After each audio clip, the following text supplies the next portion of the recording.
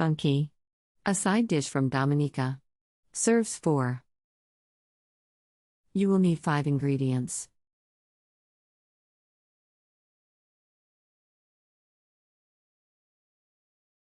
Step 1.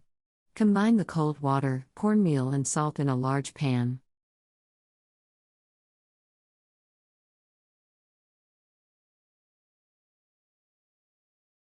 Step 2. Stir in the boiling water and butter, then bring the mixture to a boil and cook for about 6 minutes over medium heat.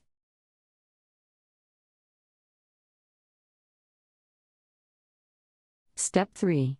Remove from the heat and turn into a deep, well-buttered bowl.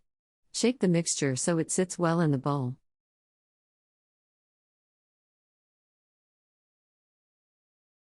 Step 4.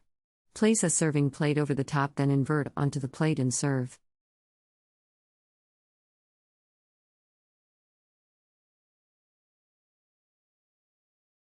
Country Reports, Culture, Countries, Travel.